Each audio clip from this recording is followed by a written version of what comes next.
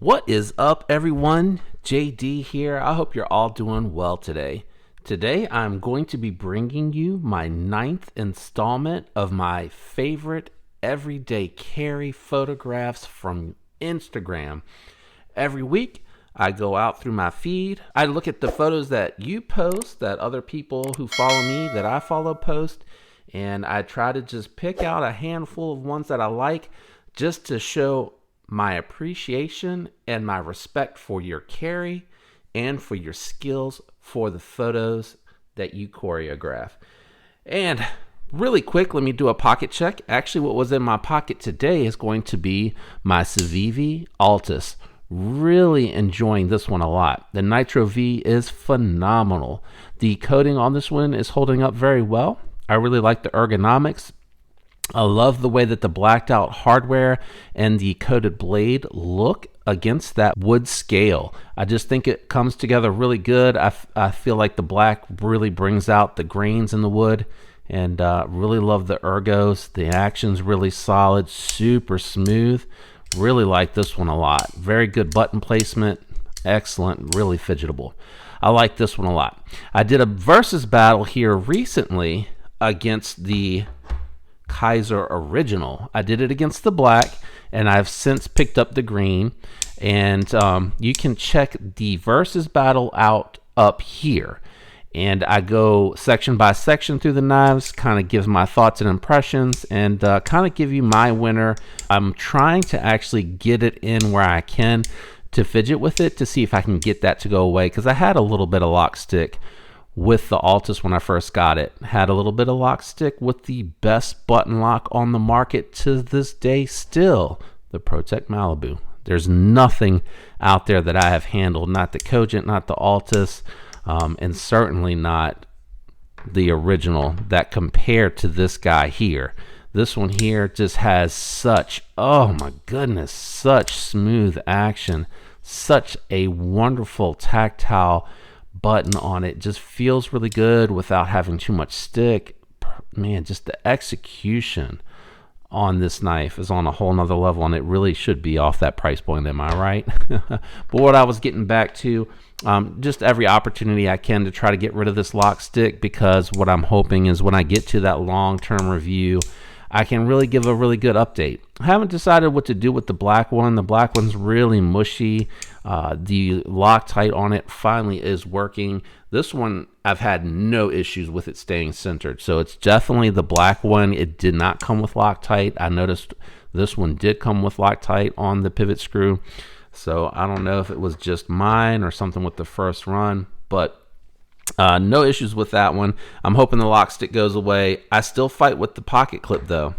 Anyway, let's get into this. What I'm going to do is go ahead and pull up a video, not a video. I'm going to pull up a post from my Instagram feed just to kind of give you guys a really quick rundown of what it is that I'm trying to do. And I am going to mix it up a little bit this week. In between the pictures, I feel like I'm kind of rushing and jumping into the next one. I'm going to talk a little bit about the knives that are on the table too, and hope that the mixture of the content is a little bit more interesting to those that are tuning in to watch this. But here's my post.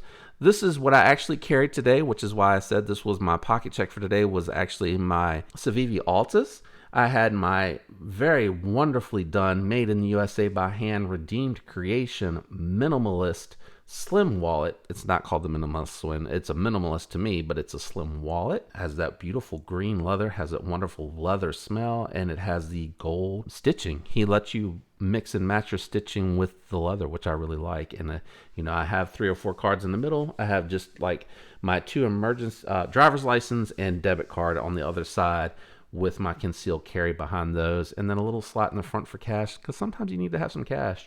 I got the Altus here in the middle, and in the background faded out, I do have my ARC Company organizer with my lime green Fisher bullet space pen. Those really reside down in the pocket whenever I go in the office. That's why I like the organizer. I don't have to have the pocket clip sticking out on my dress pants and dress shirt. I just think it's a little bit cleaner for me, and just the way I'm kind of presenting myself in the office space, a little bit important to me which is why I go with this. So now that you see what I'm doing, I'm basically going to be going into the feeds that I see on there for those that follow me that I can follow back if it's not a private or locked account, sharing what I'm seeing, talking about the gear and the composition. So having said that, just a quick shout out to my man Spencer out there on Instagram. He has his Instagram handle is Carbidized. He makes these wonderful scales. It is a little bit of a limited selection. It's very heavy on the Spyderco's. It's only for the 80 20.5, and there's some ZTs and a few others out there. But I'm hoping that he'll expand on that. And I recently saw that he posts some scales that look like they're going to be sold on Blade HQ. So check him out. I think my man's about to become, recognized, and he should, for the quality of work and everything that is on here. Fantastic scales. I have another set of scales on the way, and you're going to just have to wait to see what I picked for this DLT trading exclusive, which I actually really like the combination of this green and black. Looks really good. Kind of wish that they could have perhaps coated the shark lock, but I think because of how it moves up and down and side to side, probably couldn't coat it down on the side, and I don't know, maybe it would have worn away at the top, but I still would have liked them to try that. I think that would have been a little bit better, but you'll have to wait to see how this gets set up. I saved the unboxing video to do it all at once, but here we go. It's sneak peek in another video. And I got another backspacer scale set from him with a little bit of a tweak, which I'll talk about. And I got some other stuff. I don't want to get into it too much, but I thought it'd be cool to have a coated and an uncoated, and of course a shark foot.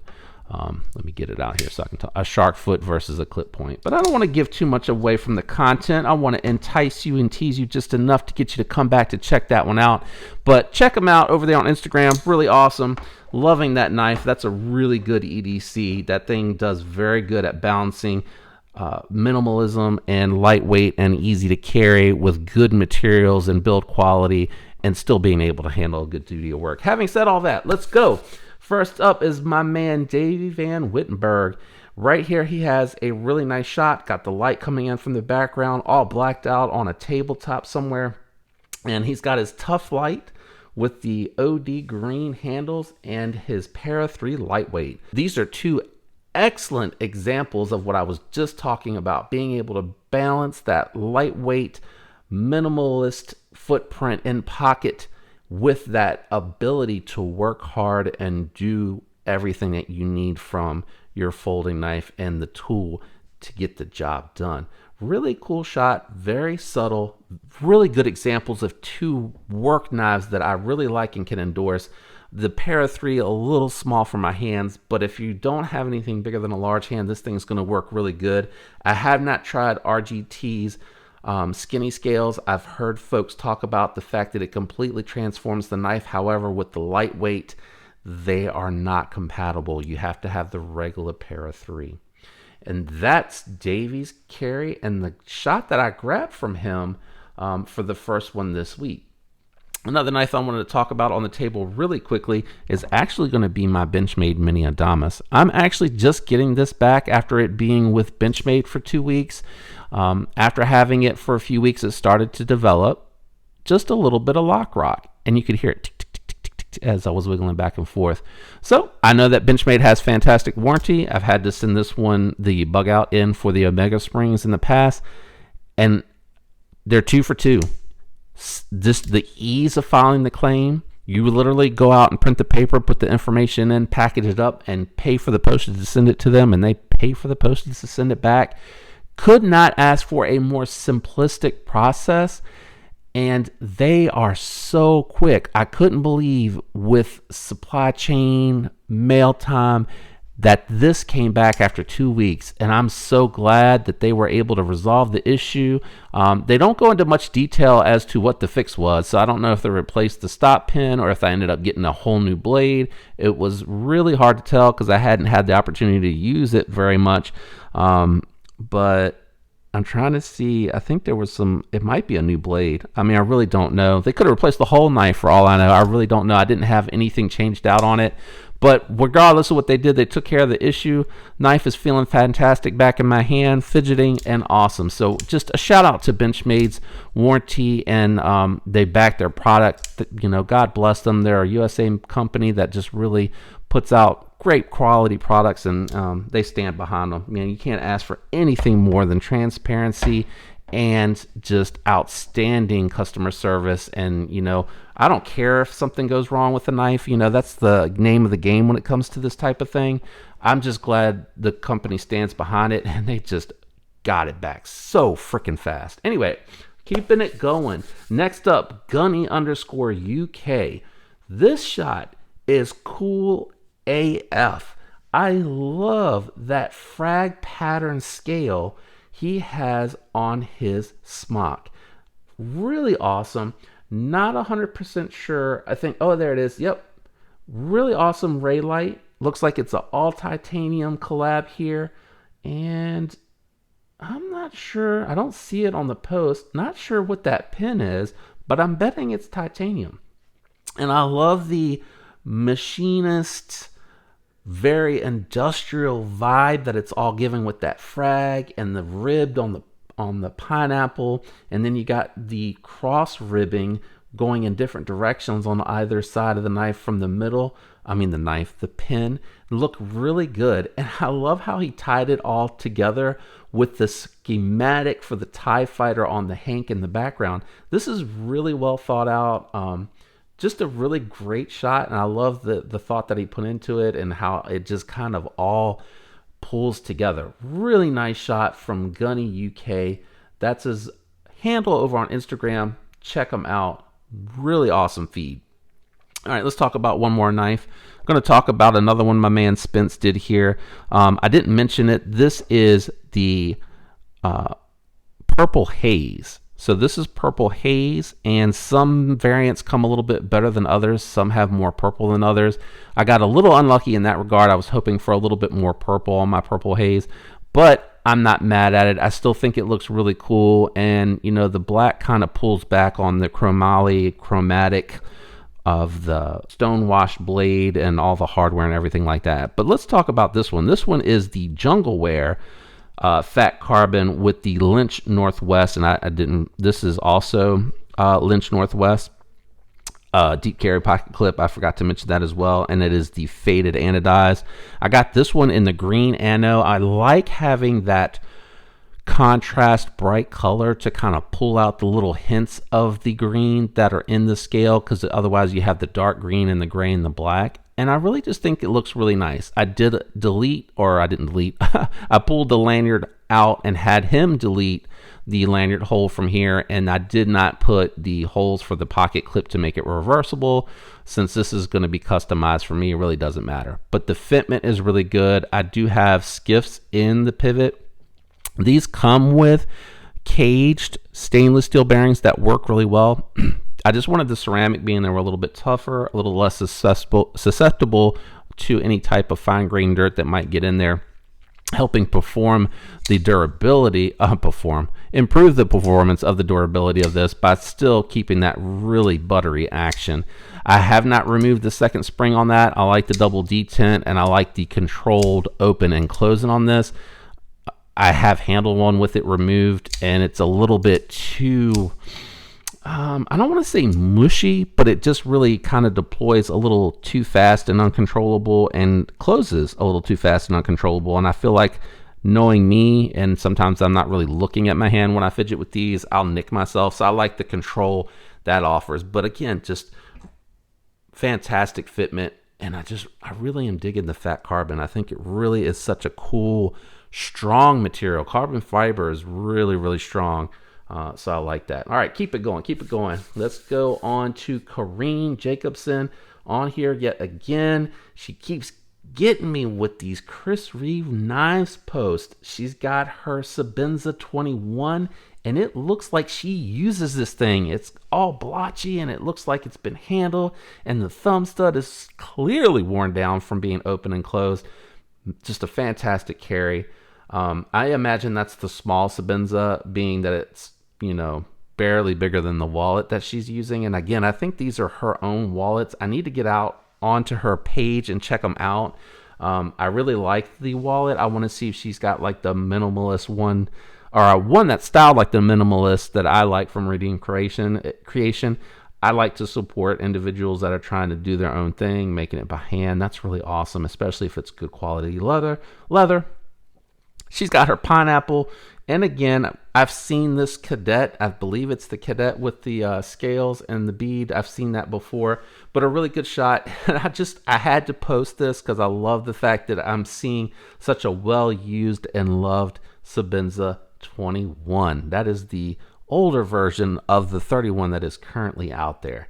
Awesome shot. Karin Jacobson out there on Instagram.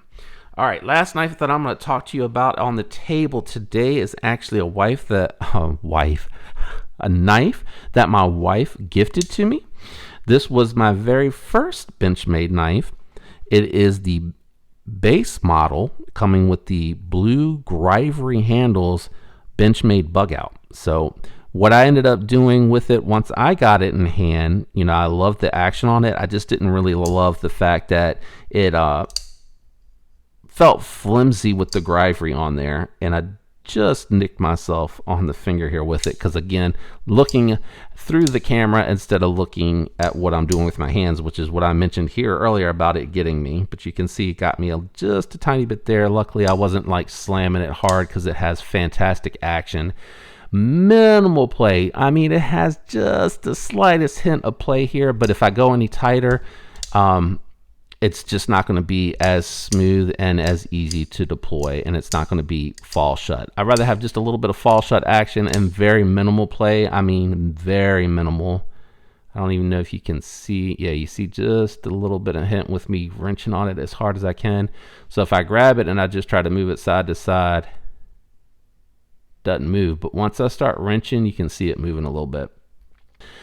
The first set of scales I bought were the Jade G10 Flytanium scales, which I loved the crossfade scales. I loved the contouring on them, and I love how rigid the G10 made this knife feel when I put them on. It felt very premium. It felt very, very rigid, like it was twice as strong, even if it really wasn't. It just in hand felt much more confident, inspiring. The contouring gave it a little bit better ergonomics than it does coming with the Grivory, and it looked really good.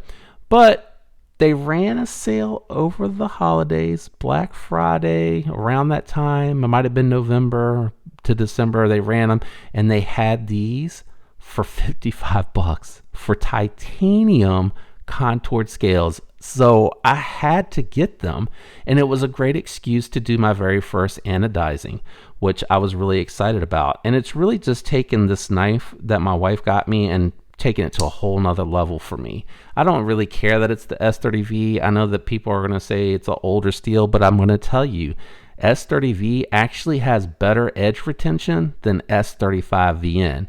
Yeah, S35VN is slightly tougher and has slightly better corrosive resistant traits, but this one actually is going to hold an edge better, and it's actually easier to get it to that sharp slicey edge as well, if you can believe that. So don't get too hung up on steels. Try to find out if the steel that is offered on the knife has characteristics that you like.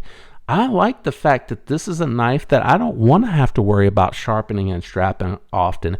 I just want to pick it up and go, slice and cut what I need, and not really have to think about it.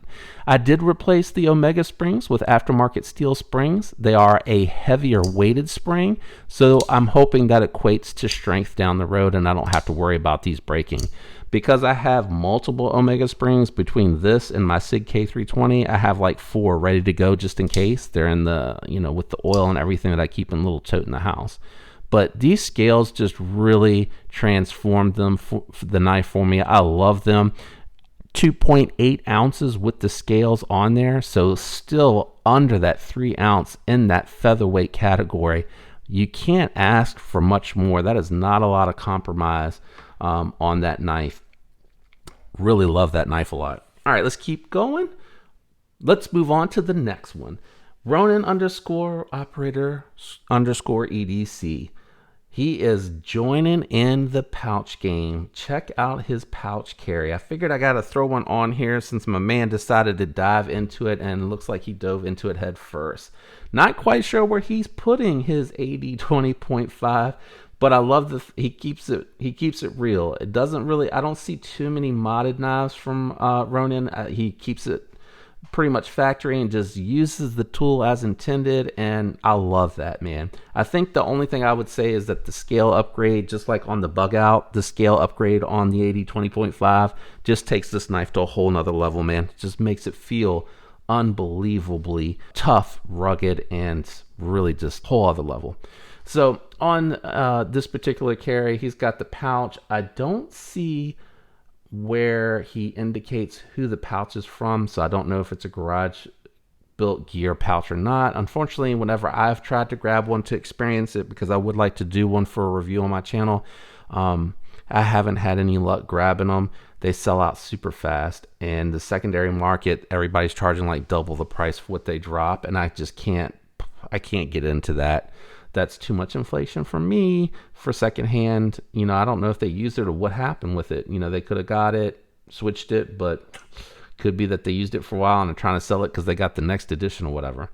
In the pouch, there's a lot going on. We got a multi-tool and pin on the top right. We've got a pry bar in the bottom right with a little microfiber cloth. I keep a microfiber cloth in my Maxpedition as well in my bag. I keep a little backup knife, Swiss Army knife, flashlight pin, battery for the flashlight, stuff that you can't see in there, but I have it, and actually I'll link it right up here in the top right hand corner for you guys, that Maxpedition loadout and what I'm doing with those, in case you're interested, because Maxpedition is much more accessible.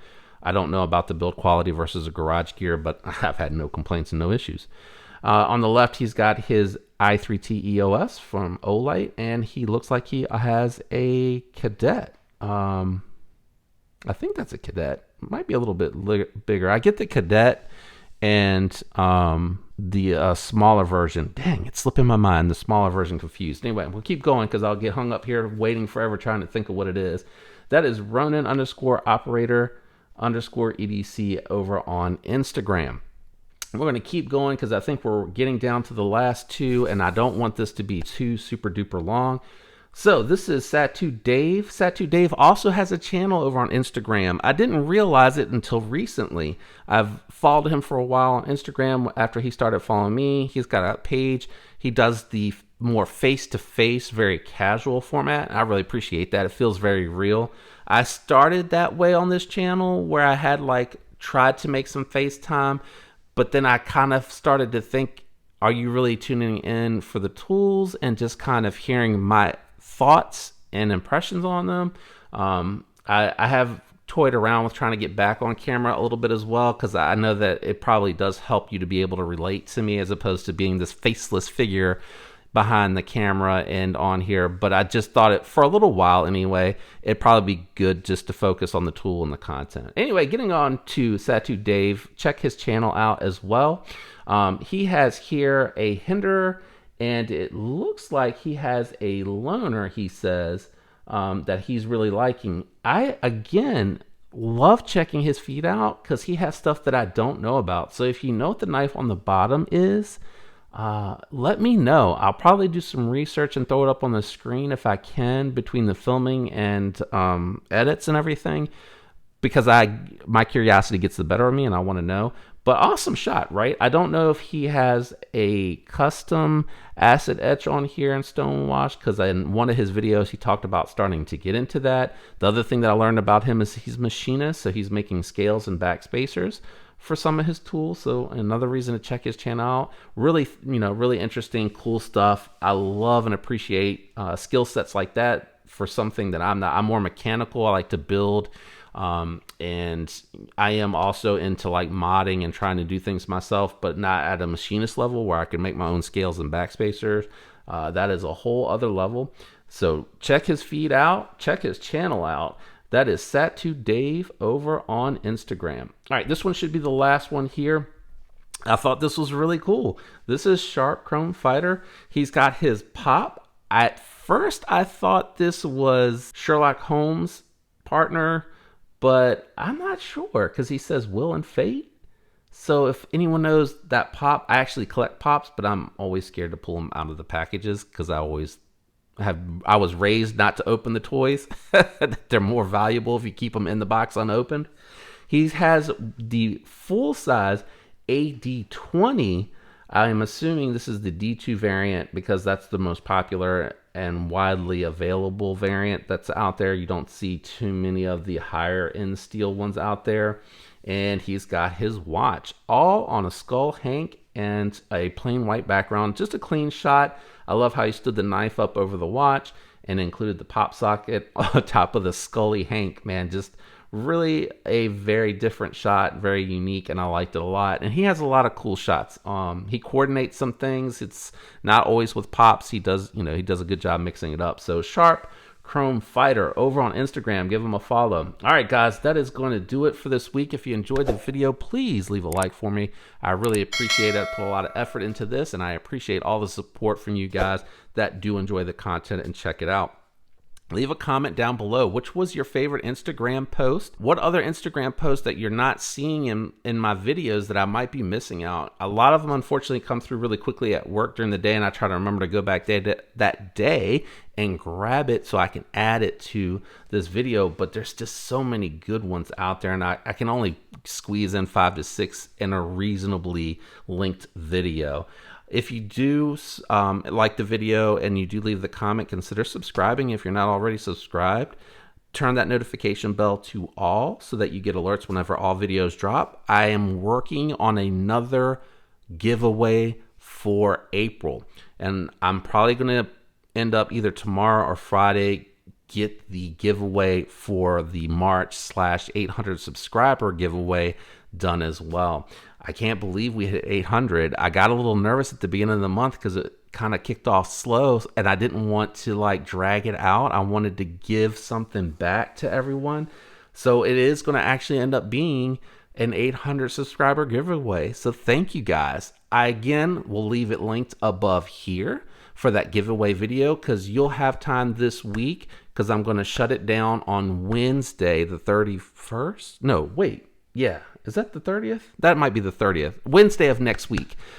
This will be going up Sunday, so it'll be Wednesday of the coming week. I'm going to shut it down, record it then, and I'm going to do my best to get that one up either April 1st or April 2nd. So be on the lookout for that. And again, you saw it back there. You might have to rewind it. That's the one you want to go to. You want to comment in that video. That's the one that I'm going to be using to pull from. Again, you have to be in the U.S. I don't think I mentioned that in the giveaway video. You got to be in the U.S. or you got to know someone in the U.S. that can arrange shipping to you. I really can't afford to do the giveaway and pay probably just as much as the knife cost or half as much at least to ship it out of the state. I'm really sorry about that, guys. But check that video out. Thanks for the support. I hope all of you have a fantastic week. And until next time, peace.